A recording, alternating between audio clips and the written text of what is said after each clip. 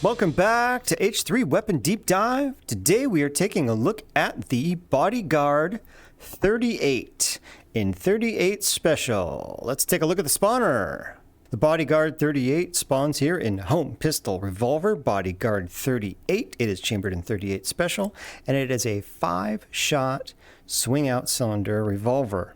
The controls on the Bodyguard 38 are as follows. You can press left on the trackpad to eject the cylinder. You can grab it and spin it if you like. Whee! You can grab it also and lift it back in, or you can use physics to kind of just flick it in. Just lean it over and flick it. Just lean it over and flick it. Down on the trackpad does nothing. This is a double action only revolver. There's also no hammer external.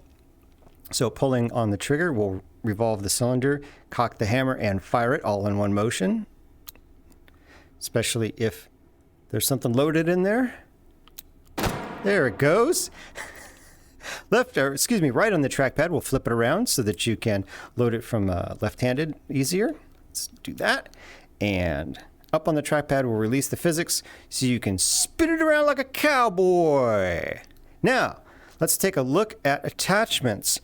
Well, the elephant in the room is it's already got a red dot on it. Look at that.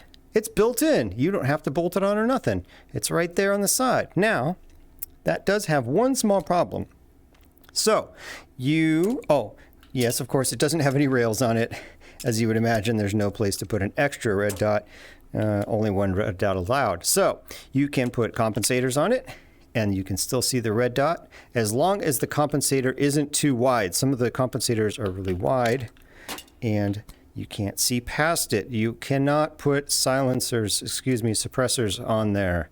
No go. Sorry. And you can put a ridiculous stock on there. Lovely. Let me show you what I mean about compensators that are wide. Here's a nice wide one. And you can see that the red dot slaps the side of the compensator and does not go forward. So I guess that's good if you want to get rid of the red dot. But I don't think that's what you want most of the time.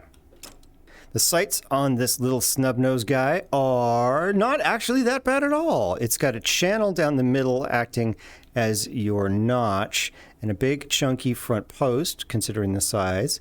That's great. And of course, yeah, it's got a red dot on it, so you don't even need the sights, right? You could just be over here. No problem. Let's do the recoil test with our new recoil cam. Isn't that amazing? Technology is wonderful. So you can see the rounds as they hit. Here we go. 5 rounds of 38 Special as fast as I can. Ooh, not bad at all. Didn't get a great first round. Well, actually the first round was a 10, so I guess I can't complain. Yeah, I think that was the first one. Hey, that's a great group for a small snub nose. 9.4. Wow, spectacular. Moving on to our compensator. Now, there's a problem.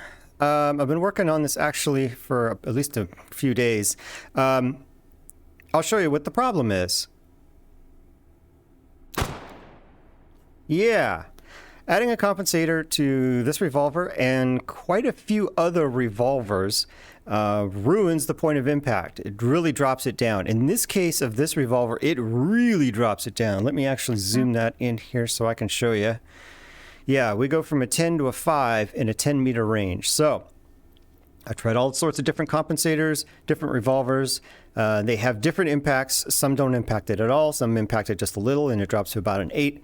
Some like this one drop to a 5. I've posted it in the bug reports. I don't know if it's a bug or a feature. I do know that sometimes these compensators will affect the velocity of the rounds, things like that, because it might impact the barrel length. I don't know if that's what's going on in this case, but this is an issue. I would avoid compensators right now on revolvers in general, and definitely on this one, until this is either fixed or that we know that this is intended, and I can tell you to just compensate for it. Okay, with the compensator problem in mind, I'm going to aim really high and see how it does anyway. Hey, that actually was a good shot. 9.2. Looked about the same as without the compensator, so I wouldn't bother at all with compensators on this pistol. Just no. Moving on to the stock. Let's see how we do. Ooh, not very good at all. 9.2. Yeah, didn't do very well. No need for the stock. This is just great all by itself. No problem with a built-in laser. There you have it, the Bodyguard 38 and 38 Special. Till next time, I'll see you.